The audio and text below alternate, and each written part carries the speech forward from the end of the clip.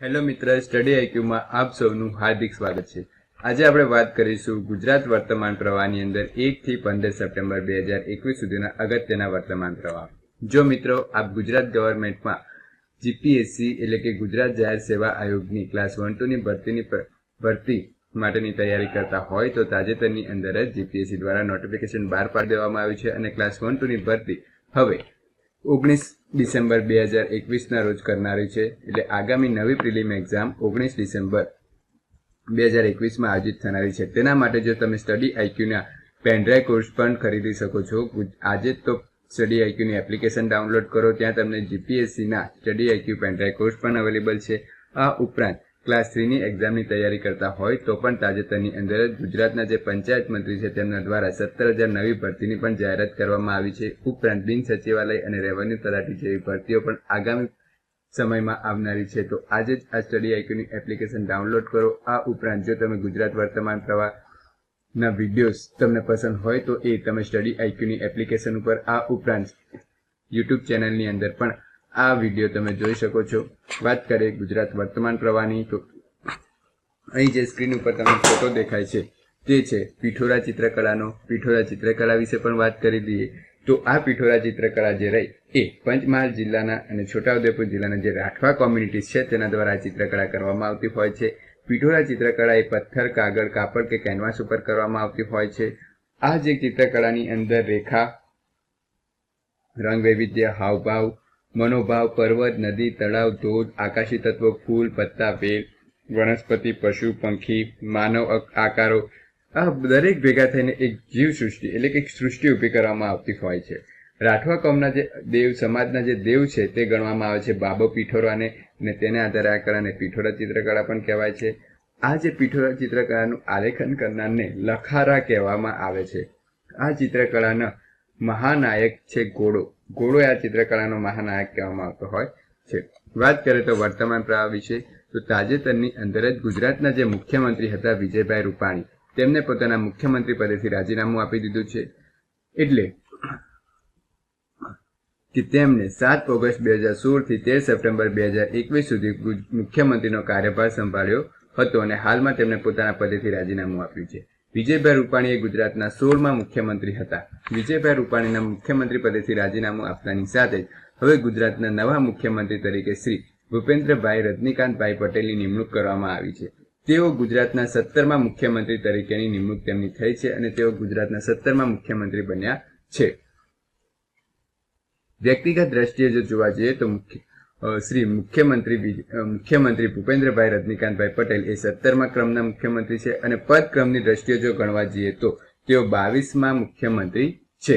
વ્યક્તિગત રીતે એટલે કે જો જેમ કે નરેન્દ્રભાઈ મોદી જે રહ્યા એ 4 વખતથી ચૂંટાયા હતા, બાબુભાઈ પટેલ 2 વખત મુખ્યમંત્રી બન્યા હતા, એમ માધવજી સોલંકી 3 વખત બન્યા હતા। આ રીતે જો એમને એક જ વ્યક્તિ તરીકે એમને ગણવામાં આવે તો આ ક્રમની દ્રષ્ટિએ એઓ 17મા ભૂપેન્દ્રભાઈ પટેલ એ 17મા મુખ્યમંત્રી થશે અને પદ ક્રમ એટલે ક્રમની દ્રષ્ટિએ ગણવામાં આવે તો તેઓ 22મા મુખ્યમંત્રી તરીકે તેઓ નિમણૂક પામ્યા છે। યાદ રાખજો 17 ખાસ યાદ રાખજો કે ગુજરાતમાં ભૂપેન્દ્રભાઈ પટેલ કેટલામાં મુખ્યમંત્રી બન્યા તો એ 17મા મુખ્યમંત્રી બન્યા। ભૂપેન્દ્રભાઈ પટેલ જે રહ્યા એ 2017માં પ્રથમ વખત વિધાનસભાની ચૂંટણી લડ્યા હતા અને તેઓ ઘાટલોડિયા, અમદાવાદનો જે ઘાટલોડિયા વિસ્તાર છે ત્યાંથી આ વિધાનસભાની ચૂંટણી લડ્યા હતા અને તેઓ પ્રથમ ટર્મમાં જ મુખ્યમંત્રી બન્યા છે। તેઓને તેમના વિસ્તારની અંદર દાદાના હુલમના નામથી પણ જાણવામાં આવે છે। તેમના રાજકારણ વિશેની વાત કરીએ તો 1995 થી 2000 ની અંદર તેઓ મેમનગર નગરપાલિકાના સ્ટેન્ડિંગ કમિટીના ચેરમેન અને પ્રમુખ હતા। 2008 થી 2010 ની અંદર તેઓ અમદાવાદ મ્યુનિસિપાલિટી કોર્પોરેશનના કુલ બોર્ડના અધ્યક્ષ હતા, કુલ બોર્ડના વાઇસ ચેરમેન હતા। 2010 થી 2015 ની અંદર તેઓ અમદાવાદ મ્યુનિસિપાલિટી કોર્પોરેશનની સ્ટેન્ડિંગ કમિટીના ચેરમેન રહી ચૂક્યા છે। 2015 થી 2017માં તેઓ અમદાવાદ અર્બન ડેવલપમેન્ટ ઓથોરિટીઝના ચેરમેન રહી ચૂક્યા છે। ત્યારે હાલમાં તેમને ગુજરાતના મુખ્યમંત્રી તરીકેના શપથ ગુજરાતના રાજ્યપાલ શ્રી આચાર્ય દેવવ્રતજીએ લેવડાવ્યા હતા। આ જે શપથવિધિ કાર્યક્રમ હતો તેમાં ભારતના કેન્દ્રીય ગૃહમંત્રી અમિતભાઈ શાહ, મધ્યપ્રદેશના મુખ્યમંત્રી શિવરાજસિંહ ચૌહાણ, હરિયાણાના મુખ્યમંત્રી મનોહરલાલ ખટ્ટર, ગોવાના મુખ્યમંત્રી શ્રી પ્રમોદ સાવંત અને કર્ણાટકના મુખ્યમંત્રી બસવરાજ બોમ્બે ઉપસ્થિત રહ્યા હતા। આજે તમે ફોટામાં જોઈ રહ્યા છો, જેમાં રાજ્યના જે 17મા સુકાની શ્રી ભૂપેન્દ્રભાઈ પટેલ હતા મુખ્યમંત્રી, તેમને હોદ્દા અને ગોપનીયતાના શપથ લીધા અને આ શપથ તેમને ગુજરાતના રાજ્યપાલ શ્રી આચાર્ય દેવવ્રતે લેવડાવ્યા હતા. આ શપથવિધિ કાર્યક્રમમાં તમે જેમ મંચ પર જોઈ રહ્યા છો તેમ આ ફોટામાં જોઈ રહ્યા છો એ રીતે કે શ્રી પૂર્વ મુખ્યમંત્રી વિજયભાઈ રૂપાણી, કેન્દ્રીય ગૃહમંત્રી અમિતભાઈ શાહ, મધ્યપ્રદેશના મુખ્યમંત્રી શિવરાજસિંહ ચૌહાણ, હરિયાણાના મુખ્યમંત્રી મનોહરલાલ ખટ્ટર, ગોવાના મુખ્યમંત્રી પ્રમોદ સાવંત અને કર્ણાટકના મુખ્યમંત્રી બસવરાજ બોમ્બે ઉપસ્થિત રહ્યા હતા. આ સાથે જ મુખ્યમંત્રીના રાજીનામાને કારણે મંત્રીમંડળનું પણ વિસર્જન થઈ જાય છે અને નવા મુખ્યમંત્રી સાથે નવા મંત્રીમંડળની રચના કરવામાં આવતી હોય છે. એ જ સાથે આ જે ભૂપેન્દ્રભાઈ પટેલના મુખ્યમંત્રી પદ બાદ તેમની ટીમની અંદર મંત્રીમંડળમાં કેબિનેટ કક્ષાના 10 મંત્રી, રાજ્ય કક્ષાના સ્વતંત્ર હવાલો ધરાવનારા 5 મંત્રીઓ અને રાજ્ય કક્ષાના 9 મંત્રીઓની નિમણૂક કરવામાં આવી છે. એની સાથે મળીને કુલ 24 મંત્રીઓએ પણ પદ અને ગુપ્તતાના શપથ રાજભવન ગાંધીનગર ખાતે રાજ્યપાલ શ્રી આચાર્ય દેવવ્રતે લેવડાવ્યા હતા, જે તમે આ ફોટામાં જોઈ રહ્યા છો. કયા મંત્રીને શેની ફાળવણી કરવામાં આવી તેની વિષયની ફાળવણીની આપણે વિગતો જોઈએ તો ભૂપેન્દ્રભાઈ પટેલ કે જેઓ મુખ્યમંત્રી છે તેમને સામાન્ય વહીવટ વિભાગ, વહીવટી સુધારણા, આયોજન, ગૃહ અને પોલીસ હાઉસિંગ, માહિતી અને પ્રસારણ, પાટનગર યોજના, શહેરી વિકાસ અને શહેરી ગૃહ નિર્માણ, ઉદ્યોગ, ખાણ અને ખનીજ, નર્મદા, બંદરો, તમામ નીતિઓ અને અન્ય કોઈ મંત્રીઓને ફાળવેલ ન હોય તેવા વિષયોની ફાળવણી એમને કરવામાં આવી છે.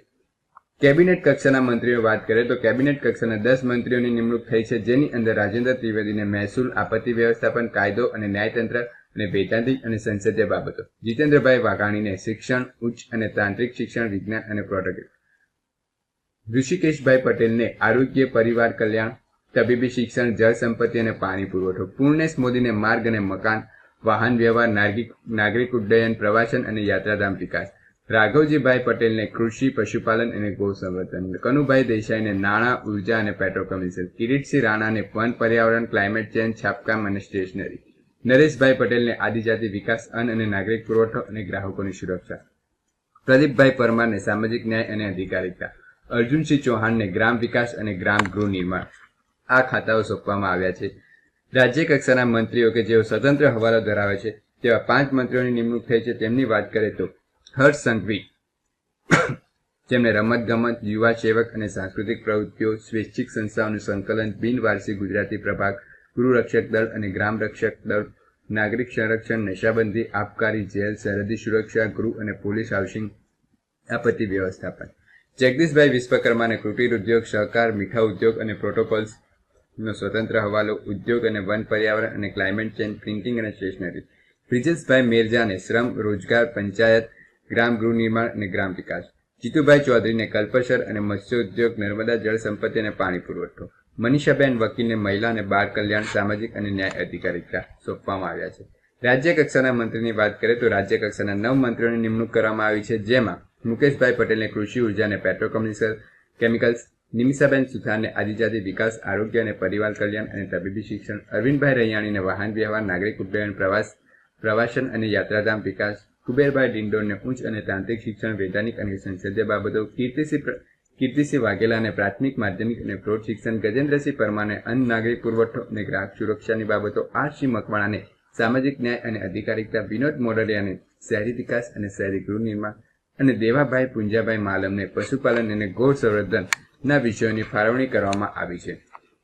મુખ્યમંત્રી અને તે સાથે સંકળાયેલી બંધારણીય જોગવાઈની વાત કરીએ તો 163 બંધારણની અનુચ્છેદ 163 ની અંદર જોગવાઈ કરવામાં આવી છે કે રાજ્યપાલની મદદ કરવા અને સલાહ આપવા માટે મંત્રી પરિષદ રહેશે. આ જે મંત્રી પરિષદ રહ્યું તેમાં કેબિનેટ મંત્રી, રાજ્ય કક્ષાના મંત્રી અને ઉપમંત્રી અંતર્ગત એને વર્ગીકૃત કરવામાં આવે છે. જેમ કેન્દ્રની અંદર છે એ રીતે અહીં પણ મંત્રી પરિષદને કેબિનેટ મંત્રી, રાજ્ય કક્ષાના મંત્રી અને ઉપમંત્રી અંતર્ગત તેને વર્ગીકૃત કરવામાં આવેલું હોય છે મંત્રી રાજ્યના મંત્રી પરિષદને. અનુચ્છેદ 164 ની વાત કરીએ તો જેની અંદર મુખ્યમંત્રીની નિમણૂક અંગેની જોગવાઈ છે કે મુખ્યમંત્રીની નિમણૂક એ સંબંધિત રાજ્યના જે રાજ્યપાલ હોય છે એ કરતા હોય છે. યાદ રાખજો કે મુખ્યમંત્રીની નિમણૂક કોણ કરે તો મુખ્યમંત્રીની નિમણૂક એ રાજ્યપાલ દ્વારા કરવામાં આવતી હોય છે અને જેની જોગવાઈ બંધારણના અનુચ્છેદ 164 ની અંદર કરવામાં આવી છે. અન્ય જે મંત્રીઓ હોય છે તેમની નિમણૂક રાજ્યપાલ એ મુખ્યમંત્રીની સલાહથી કરતા હોય છે. યાદ રાખજો. મુખ્યમંત્રીની નિમણૂક એ રાજ્યપાલ કરે અને અન્ય મંત્રીઓની નિમણૂક એ મુખ્યમંત્રીની સલાહથી રાજ્યપાલ કરે છે. આજે મંત્રીમંડળ અને મુખ્યમંત્રી કેવી રીતે એની રચના થાય યાદ રાખો કે સામાન્ય ચૂંટણી થઈ ગયા બાદ જે બહુમતી ધરાવતો જે પક્ષ હોય આ પક્ષને રાજ્યપાલ જે છે એ સરકાર બનાવવા માટે આમંત્રણ આપે છે અને આ બહુમતી ધરાવતા પક્ષના નેતાની મુખ્યમંત્રી તરીકે નિમણૂક કરવામાં આવતી હોય છે.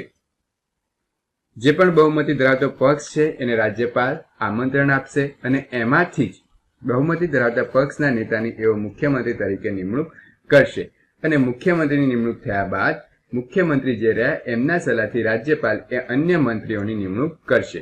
જો કોઈ વ્યક્તિ વિધાનમંડળનો કોઈ પણ ગૃહનો સભ્ય ન હોય તો તેને મુખ્યમંત્રી બનાવી શકાય, પરંતુ આવી વ્યક્તિને 6 મહિનામાં કોઈ પણ ગૃહનું સભ્યપદ મેળવવું પડે. જો કોઈ એવા વ્યક્તિને મુખ્યમંત્રી બનાવવામાં આવે છે અથવા તો મંત્રીપદ આપવામાં આવે છે કે જેમને કોઈ પણ ગૃહમાંથી તેઓ ચૂંટાયા નથી, એટલે કે વિધાનમંડળ જે રહ્યા એના વિધાનસભા અને વિધાન પરિષદના એવો સભ્ય નથી, તો આવા જે પણ વ્યક્તિ છે તેને 6 મહિનાની અંદર કોઈ પણ ગૃહનું સભ્યપદ મેળવવું પડે. અધરવાઇઝ તેમને આ પદ ખાલી કરી દેવું પડે, જેની જોગવાઈ 164(4) ની અંદર કરવામાં આવી છે. યાદ રાખજો. એવા કોઈ વ્યક્તિને જો મંત્રી બનાવી દેવામાં આવે અથવા મુખ્યમંત્રી બનાવી દેવામાં કે જે કોઈ પણ ગૃહનો સભ્ય નથી તો 6 મહિનાની અંદર તેમને ચૂંટાઈ આવવું પડે. કોઈ પણ ગૃહના સભ્ય તરીકે તેમને ચૂંટાઈ આવવું પડતું હોય છે. અધરવાઇઝ તેમને એ પદ ખાલી કરી દેવું પડતું હોય છે. મુખ્યમંત્રીની વાત કરીએ તો મુખ્યમંત્રી એ રાજ્યનો કારોબારીનો વડો કહેવામાં આવે છે. તેને કહેવામાં આવે છે ડી ફેક્ટો અથવા તો રિયલ એક્ઝિક્યુટિવ. એક વખત એક્ઝામમાં સવાલ પૂછાયો હતો કે નીચેનામાંથી કોણ ડી ફેક્ટો છે? તમને ઓપ્શનમાં 4 ઓપ્શનમાં હશે મુખ્યમંત્રી, તો મુખ્યમંત્રી જે રહ્યો એ તમારો સાચો જવાબ હશે. બરાબર છે. મુખ્યમંત્રી, રાજ્યપાલ, મંત્રીઓ અને ચેરમેન ગમે તે 4 ઓપ્શન આપતા હોય તો એમાંથી ડી ફેક્ટો જે પૂછાય અથવા તો રિયલ એક્ઝિક્યુટિવ તો એ છે રાજ્યનો કારોબારી વડો, વાસ્તવિક વડો એ છે મુખ્યમંત્રી. એટલે કે રાજ્યના કારોબારીના વાસ્તવિક વડા કોને ગણવામાં આવે છે? એ મુખ્યમંત્રી એને ડી ફેક્ટો પણ કહેવામાં આવે તો હોય છે. રાજ્યપાલ રાજ્યના વડા છે, એટલે કે હેડ ઓફ સ્ટેટ પૂછવામાં આવે તો એ રાજ્યપાલ છે. જ્યારે સરકારના વડા જે રહ્યા એ હેડ ઓફ ગવર્મેન્ટ એટલે કે મુખ્યમંત્રી છે. બરાબર છે. રાજ્યના વડા એટલે કે હેડ ઓફ સ્ટેટ રાજ્યપાલ રહેશે. સરકાર બરાબર છે કે જેમના વડે આ સરકાર બની છે. બરાબર છે. સામાન્ય ચૂંટણી એટલે કે લોકો વિધાનસભાની અંદર જે ગુજરાતની 182 જેટલી સીટો છે તો આ 182 ને જે છે ગુજરાતની જનતા એ ચૂંટીને આવે છે અને તેમનામાંનો એક વડો એટલે કે કોણ મુખ્યમંત્રી બનતો હોય છે. એટલે કે જેના દ્વારા સરકાર બને. એટલે સરકારના વડા તરીકે મુખ્યમંત્રી હોય છે, જ્યારે રાજ્યના વડા તરીકે રાજ્યપાલ હોય છે. મુખ્યમંત્રીના પગાર ભથ્થાની વાત કરીએ તો મુખ્યમંત્રીના જે પગાર ભથ્થા છે એ રાજ્યની સંચિત નીતિમાંથી આપવામાં આવે છે, જે રાજ્યના વિધાનમંડળ દ્વારા નક્કી કરવામાં આવતું હોય છે. અનુચ્છેદ 163 ની વાત કરીએ તો જેમાં રાજ્યપાલ સમક્ષ હોદ્દાના જે શપથ ગ્રહણ કરવામાં આવે છે તેની વાત છે, તો મુખ્યમંત્રીને હોદ્દાના શપથ અથવા ગોપનીયતાના શપથ એ રાજ્યપાલ દ્વારા લેવડાવવામાં આવે છે.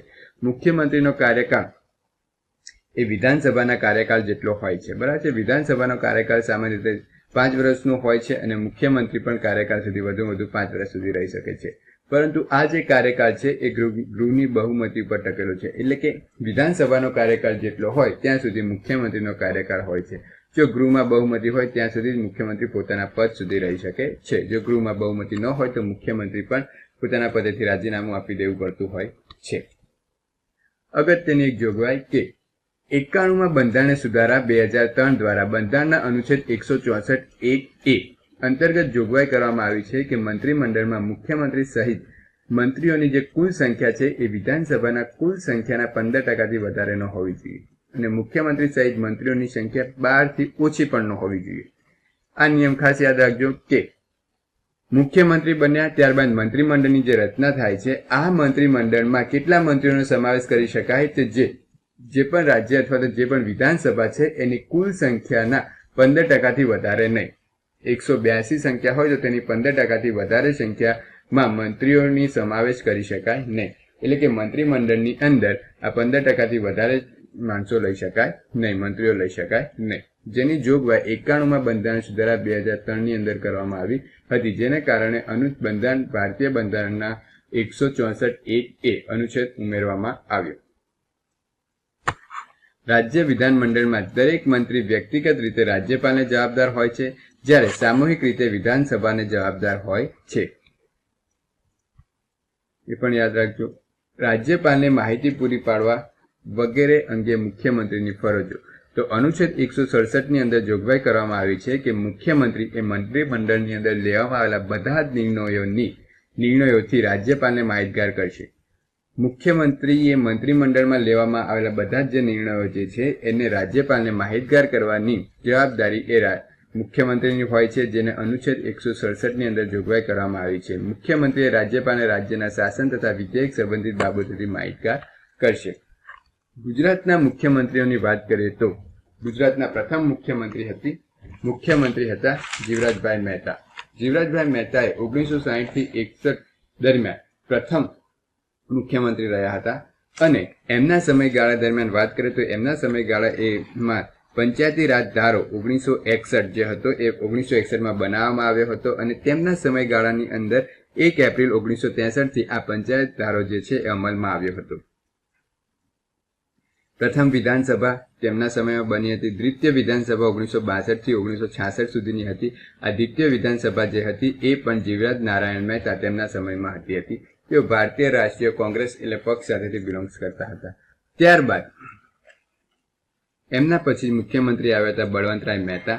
જીવરાજભાઈ મહેતાએ રાજીનામું આપતા જ બળવંતરાય મહેતા મુખ્યમંત્રી બન્યા હતા. પરંતુ 1965નું જે ભારત પાકિસ્તાનનું યુદ્ધ હતું, આ ભારત પાકિસ્તાનના યુદ્ધ સમયે કચ્છના છારબેટ જે હતું ત્યાં નિરીક્ષણ વખતે તેના વિમાન અકસ્માતની અંદર બળવંતરાય મહેતાનું મૃત્યુ થયું હતું. એટલે ત્યારબાદ ગુજરાતના મુખ્યમંત્રી પદેનો કાર્યભાર હિતેન્દ્રભાઈ દેસાઈએ સંભાળ્યો હતો.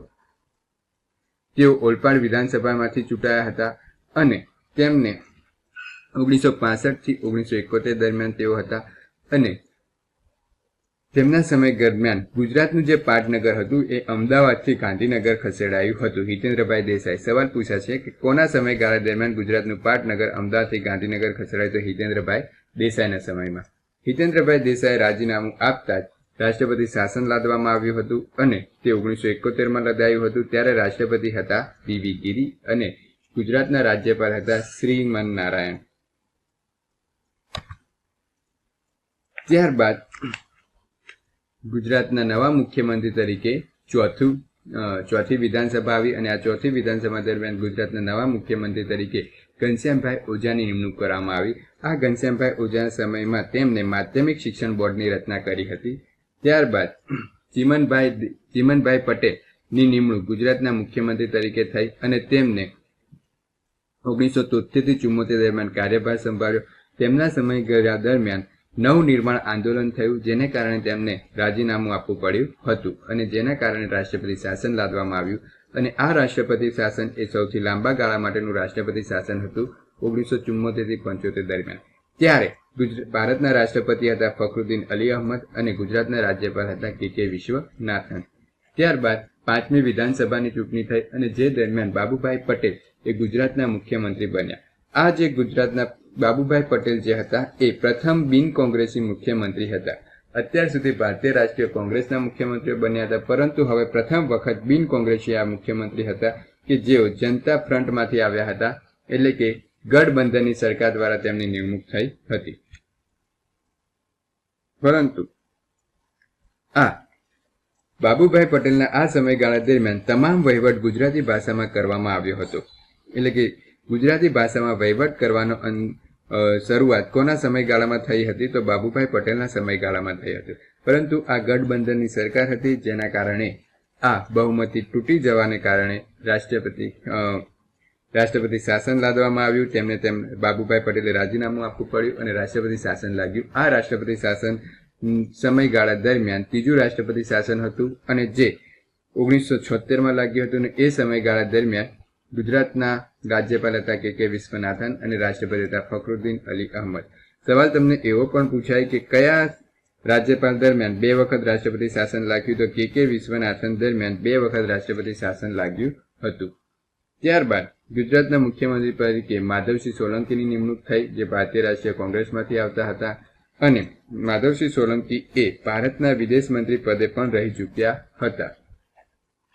ત્યારબાદ ફરીથી બાબુભાઈ પટેલની નિમણૂક કરવામાં આવી અને આ બાબુભાઈ પટેલે ફરીથી આવીને તેમને અંત્યોદય યોજના અન્ન માટે શરૂ કરી હતી અને મચ્છુ 2 જે ડેમ રહ્યો તે તૂટવાથી એમના સમયગાળા દરમિયાન મચ્છુમાં હોનારત થઈ હતી અને મોરબીમાં પૂર આવ્યું હતું. બાબુભાઈ પટેલ જ્યારે ફરી વખત આવ્યા મુખ્યમંત્રી તરીકે ત્યારે એ સમયગાળા દરમિયાન અંત્યોદય યોજના એમને લાગુ કરી અને એ દરમિયાન એક ખૂબ મોટી હોનારત થઈ મચ્છુ હોનારત કે મચ્છુ મોરબીની અંદર આવેલો જે મચ્છુ 2 ડેમ છે એ તૂટી ગયો હતો અને મોરબીની અંદર ખૂબ જ જાનપાલને ખૂબ નુકસાન થયું અને આ ખૂબ મોટી હોનારત હતી, જેને કારણે તેમને રાજીનામું પણ આપવું પડ્યું અને રાષ્ટ્રપતિ શાસન લાગુ કરવામાં આવ્યું, જેને ત્યારે ગુજરાતના રાજ્યપાલ હતા શારદા મુખર્જી અને ભારતના રાષ્ટ્રપતિ હતા નીલમ સંજીવ રેડ્ડી. આ 5મી વખતનું અને ગુજરાતનું છેલ્લું રાષ્ટ્રપતિ શાસન, 4થી વખતનું ગુજરાતનું રાષ્ટ્રપતિ શાસન હતું. ત્યારબાદ 6ઠ્ઠી વિધાનસભાની ચૂંટણી થઈ અને જેમાં માધવસિંહ સોલંકી એ ગુજરાતના મુખ્યમંત્રી પદ તરીકે ચૂંટાઈ આવ્યા અને તેમને ગુજરાતના મુખ્યમંત્રી બનાવવામાં આવ્યા. માધવસિંહ સોલંકી જ્યારે ગુજરાતના મુખ્યમંત્રી બન્યા ત્યારે તેમણે મધ્યાહન ભોજન યોજના દાખલ કરી, ગરીબો માટે કુટુંબ પોથી યોજના દાખલ કરી, અનામત વિરોધી આંદોલન 1 અને 2 એમના સમયગાળામાં થયા અને માધવસિંહ સોલંકી પ્રથમ એવા મુખ્યમંત્રી હતા કે જેમને 5 વર્ષનો કાર્યકાળ પૂર્ણ કરનારા તેઓ પ્રથમ મુખ્યમંત્રી બન્યા. હાલ સુધીમાં તેઓ પ્રથમ મુખ્યમંત્રી હતા 7મા જે આવ્યા ત્યાં. ત્યારબાદ અમરસિંહ ચૌધરીને અનામત આંદોલન થયા, જેને કારણે તેમને રાજીનામું આપવું પડ્યું અને એના પછી અમરસિંહ ચૌધરીને મુખ્યમંત્રી પદ તરીકે બેસાડવામાં આવ્યા. આ અમરસિંહ ચૌધરીને મુખ્યમંત્રી પદ આપવામાં આવ્યું અને તેઓ પ્રથમ આદિજાતિ મુખ્યમંત્રી એટલે કે અનુસૂચિત જનજાતિમાંથી પ્રથમ મુખ્યમંત્રી ગુજરાતને મળ્યા અને અમરસિંહ ચૌધરીએ પણ રાજીનામું આપતા ફરીથી માધવસિંહ સોલંકીની મુખ્યમંત્રી પદ તરીકે નિમણૂક કરવામાં આવી. ત્યારબાદ 8મી વિધાનસભાના ઇલેક્શન થયા, જેની અંદર હવે ગુજરાતના નવા મુખ્યમંત્રી તરીકે એક નવો ચહેરો ચીમનભાઈ પટેલ આવ્યા હતા. ચીમનભાઈ પહેલા શરૂઆતમાં પણ મુખ્યમંત્રી પદે રહ્યા, પણ એ સમયગાળા દરમિયાન નવનિર્માણ આંદોલન થયા છે કારણે તેમને રાજીનામું આપવું પડ્યું હતું. 8મી વિધાનસભા ઇલેક્શનમાં હવે મુખ્યમંત્રી તરીકે ચીમનભાઈ પટેલ પાછા ચૂંટાઈ આવ્યા હતા. તેમને નયા ગુજરાતનો વિચાર આપ્યો. આ ઉપરાંત ચીમનભાઈ પટેલે નર્મદા બોન્ડ બહાર પાડ્યા અને આથી નર્મદા બોન્ડ એમને બહાર પાડ્યા હતા. આથી એમની જે સમાધિ રહી તેના નામને પણ નર્મદા ઘાટ તરીકે ઓળખવામાં આવે છે. હૃદય રોગના કારણે ચીમનભાઈ પટેલનું ચાલુ કાર્યકાળ દરમિયાન જ તેમનું અવસાન થયું. ત્યારબાદ છબીલદાસ મહેતાને મુખ્યમંત્રી પદ સંભાળવાનું આવ્યું. છબીલદાસ મહેતાએ મુખ્યમંત્રી પદ તરીકે 1994-95માં રહ્યા, જેમને કોંગ્રેસ પક્ષના તેઓ અંતિમ મુખ્યમંત્રી હતા.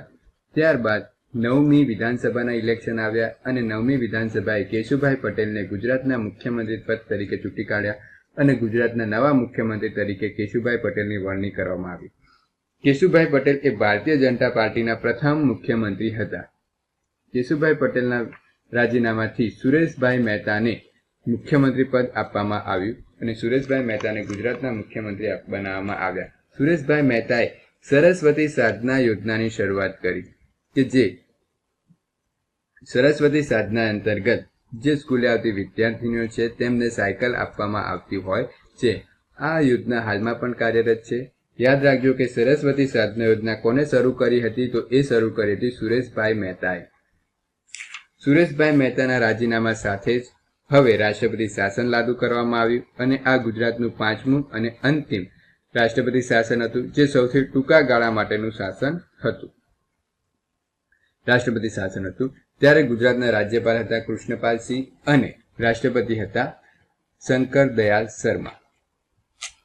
આ રાષ્ટ્રપતિ શાસન પછી નવા મુખ્યમંત્રી તરીકે શંકરસિંહ વાઘેલાની નિમણૂક થઈ કે જેઓ રાષ્ટ્રીય જનતા પાર્ટીમાંથી આવતા હતા.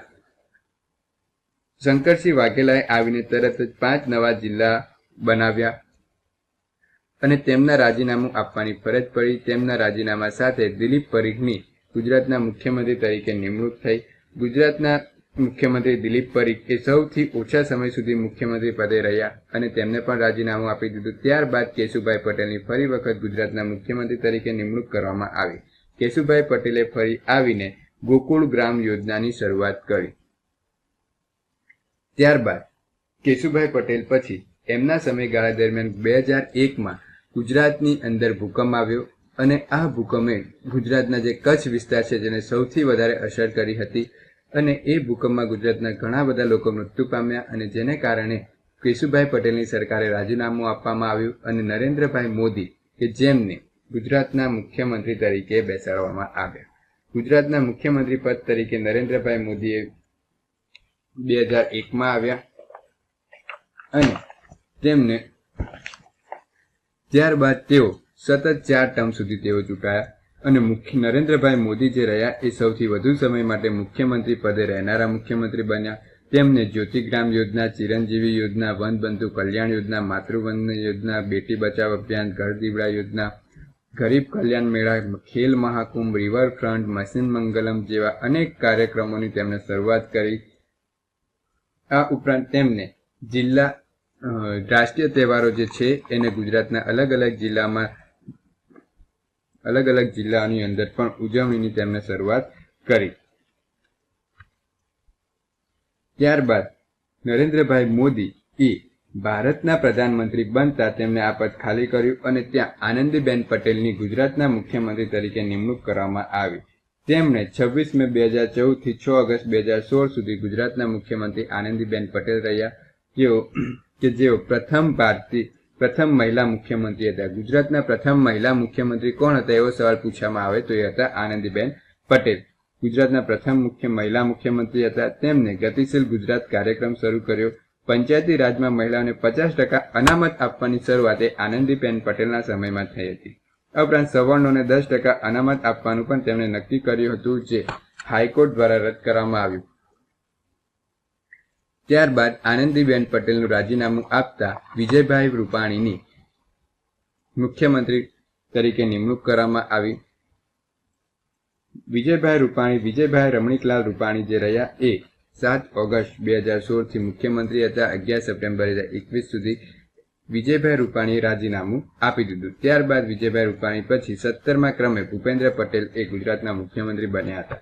વિજયભાઈ રૂપાણીના સમયગાળામાં સેવા સેતુ અને પ્રગતિ સેતુ જેવા કાર્યક્રમો, સ્વની યોજનાનો પ્રારંભ થયો, જીએસટીને સમર્થન આપવામાં આવ્યું, વિમુદ્રીકરણ તેમના કાર્યક્રમમાં લાગુ કરવામાં આવ્યું હતું. વિજયભાઈ રૂપાણીના વ્યક્તિગત રીતે ગુજરાતના તેઓ 16મા મુખ્યમંત્રી છે. 2006 થી 12 દરમિયાન રાજ્યસભાના તેઓ સાંસદ હતા. 2014 થી 16 દરમિયાન તેઓ ગુજરાત વાહન વ્યવહાર, પાણી પુરવઠો, શ્રમ અને રોજગાર મંત્રી હતા. રાજકોટ પશ્ચિમથી તેઓ 2014ની અંદર ચૂંટાઈ આવ્યા. રાજકોટ પશ્ચિમથી તેઓ ચૂંટાઈ આવતા હતા. ત્યારબાદ ભૂપેન્દ્રભાઈ પટેલની ગુજરાતના મુખ્યમંત્રી તરીકે નિમણૂક હાલમાં થઈ. તેઓ 17મા ગુજરાતના મુખ્યમંત્રી બન્યા. તાજેતરની અંદર જ નરેન્દ્રભાઈ મોદીનો જન્મદિવસ એ 17 સપ્ટેમ્બરના દિવસે હતો અને આ નરેન્દ્રભાઈ મોદીના 71મા જન્મદિવસ નિમિત્તે મુખ્યમંત્રી શ્રી ભૂપેન્દ્રભાઈ પટેલે અમદાવાદના લાલ બહાદુરજી શાસ્ત્રી તળાવ ખાતે નવનિર્મિત નરેન્દ્ર મોદી વનનું ઉદ્ઘાટન કર્યું હતું. આ નરેન્દ્ર મોદી વનની અંદર રેકોર્ડ બ્રેક 71,000 વૃક્ષારોપણ કરવામાં આવ્યું હતું, જેની અંદર 71,000 વૃક્ષોનું વૃક્ષારોપણ કરવામાં આવ્યું છે. આ ફોટામાં જોઈ રહ્યા છો કે ભૂપેન્દ્રભાઈ પટેલ આ વનની અંદર ઉપસ્થિત છે. કિરીટસિંહ રાણા પણ અહીં ઉપસ્થિત છે. પ્રદીપસિંહ પૂર્વ ગૃહમંત્રી પ્રદીપસિંહ પણ અહીં ઉપસ્થિત રહ્યા હતા. યાદ રાખજો કે આ વનનું નામ છે નરેન્દ્ર મોદી વન, જે ક્યાં આવેલું છે કે અમદાવાદની લાલ બહાદુર શાસ્ત્રી તળાવ ખાતે આ નવનિર્મિત નરેન્દ્ર મોદી વનનું ઉદ્ઘાટન કરવામાં આવ્યું, જેની અંદર 71,000 વૃક્ષારોપણ કરવામાં આવ્યું છે. ગુજરાતમાં 12મા ડિફેન્સ એક્સપો 2022નું યજમાન રાજ્ય બનશે. જે 12મું ડિફેન્સ એક્સપો છે તેનું આયોજન ગુજરાતની અંદર કરવામાં આવનાર છે. ભારત સરકારનું જે સંરક્ષણ મંત્રાલય છે એ સંરક્ષણ મંત્રાલય દ્વારા દર 2 વર્ષે યોજવામાં આવતા જે ડિફેન્સ એક્સપોનું આયોજન કરવામાં આવતું હોય છે. હવે આગામી 2022માં 12મું જે તેનું સંસ્કરણ છે તેનું આયોજન ગુજરાતની અંદર કરવામાં આવશે.